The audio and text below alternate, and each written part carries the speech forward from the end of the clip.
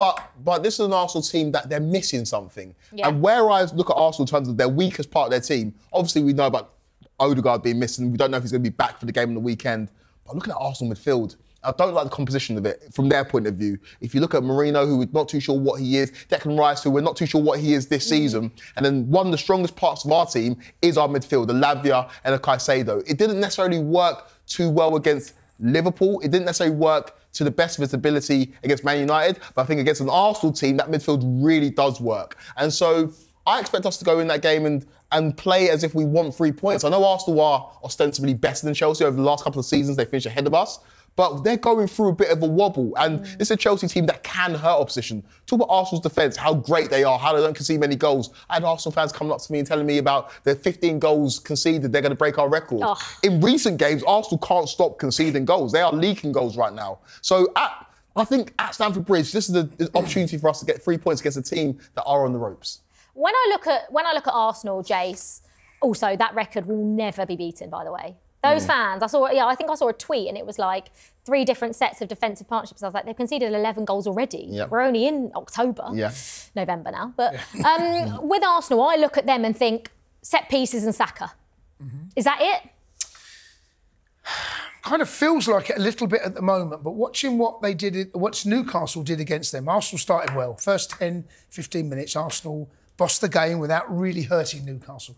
What was really evident was the role that Joel Linton and Anthony Gordon played in supporting their wide players, their defensive players. Now, let's assume for the sake of this conversation that Reece James plays and Cucurella is going to play. Cucurella, if he does start, is going to play that inverted fullback almost as a second 8. We're now giving space to Saka, right? So if you're Maresca, you're thinking, right, can I play that way? I'm almost thinking now... No, he's going to play Reece James. No, seriously. Yeah. I'm almost thinking now, when you think about that, would Reece... Imagine Saka coming up against Reece James. Or would you rather have Colwill coming out as that left centre, or depending on Neto being that support mechanism back when Cucurella goes? That's a really It's a really interesting thought, actually, because Saka wants space. What Newcastle did, Joel Linton helped out... fullback. Lewis Hall. Helped him out. Lewis Hall's getting tight, but they come in and they narrowed really tight. On the other side, Anthony Gordon done exactly the same.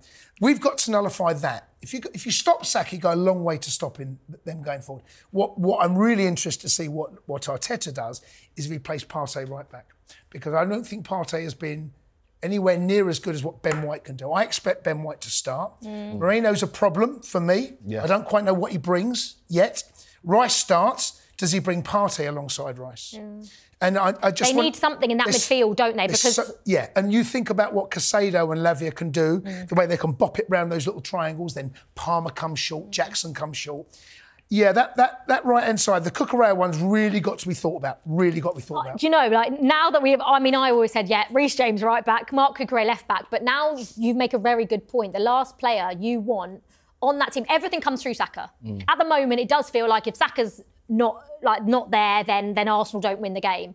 So now I'm maybe thinking he puts Reece James on him. Yeah. And then plays Gusto right back again. Or does Maresca go into there saying, I'm confident that we're good enough going forward to go forward. Yeah. I'm going to give... Because if Cucurella does that, Saka has a responsibility to help out defensively as well. Yeah. You know, so do you give them more of a problem that way, or do you say to them, right, I know you're a problem, and therefore Gusto starts... Because, like I said, I don't think Gusto was bad. Honestly, I don't... He just needs to improve in those... If that's the role he's going to have, and all of that is going to be put on him... Not that... Naturally, that doesn't come to him in his game. And I think we need to say, I thought we supported Madueke really well. What about the wide areas? Madueke, Neto, we're still happy with... Neto starts, right? Neto starts, Madueke? That's a great question. That's a very good question, because I think it's been set in stone ever since he scored that hat-trick against Wolves that Madueke starts.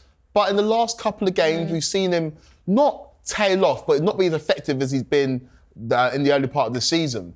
And I look at Madueke, who did come on against Newcastle, and where it's been such a defined A team and B team, when he came on against Newcastle, it made me think, it gave me cause to pause. I was like, okay, is this a signal that maybe his place in the A team is up for grabs? And when you look out wide, Neto's so effective, so quick, so rapid. Brilliant. The pass before the pass that we waxed lyrical about that Cole Palmer played, that ball doesn't get played if it's not Neto making that run on the outside. So he gives us that X factor in terms of being that rapid player out wide. If he stays fit, he's going to be one of the best wingers in the league. Madueke needs to step up his game because we need help in the forward areas. We know how great Cole Palmer is, but he can't be our only outlet. And I think that Madueke, his position is up for grabs. I know Jadon Sancho's been ill for the last couple of games. He's been missing.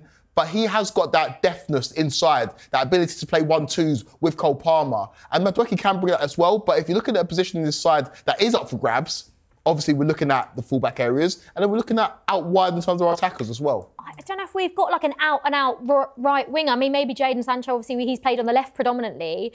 But I mean, Madueke, I know obviously it's going back a few games, but Liverpool, he had Andy Robertson on toast every single time he went down that right-hand side. And do you think it's really up for grabs that much in terms of we don't really have another out-and-out right winger that is literally knocking on his door going, I'm here, I'm here, I'm here. Do you think we do? Well, Who? Pedro Neto is a right winger. We've been playing him on the left, but Pedro Neto is a right winger. At Wolves, he was That's his best position. So Pedro Neto on the right, and then who on the... On the left. Well, it feels like Sancho. Sancho's been ill. Sancho's not been fit. Your favourite Mudryk? And then Mudryk, it feels like the game is too big for him right now. Yeah. All well and good coming off the bench. So these little conundrums that he's got to sort out. You might solve one problem, but you create another. Yeah. You know, and that's why Maresca's paid the big bucks. I trust him to get things right because largely this season, Maresca's got it right. I'm almost inclined to play Cucurella at left back. Yeah. And say to Arsenal, we're going to cause you more problems than you're going to cause us. But Lavia needs to have that. He needs to have his head on a swivel. Because once Saka gets over there, you've got to do what they did. You've got Lewis Hall and you've got Joel Linton going down, doubling up. I don't think I would ever want to be in a position where Chelsea are going into a home game with Arsenal and we're changing what we want to do because of them.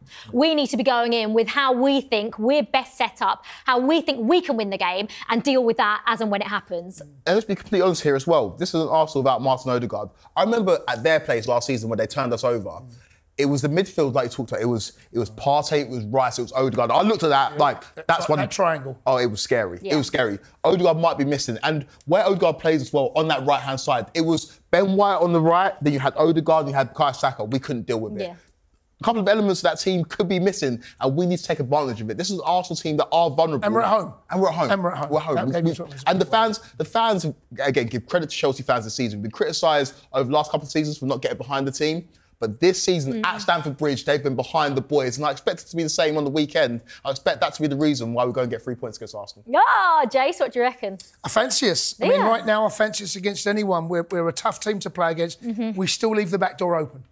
We're still very much a side that will overcommit, and that's part of Maresca's charm. But like I said, if you do that, I watched Arsenal beat Spurs last season, and Spurs overcommitted, left Saka on the left, on the right, cuts inside, I think it was 2-0. Yeah. You do that, you ain't coming back from that game. So I think you need to be very mindful. Play our way, but at the same time, show respect to what they've got.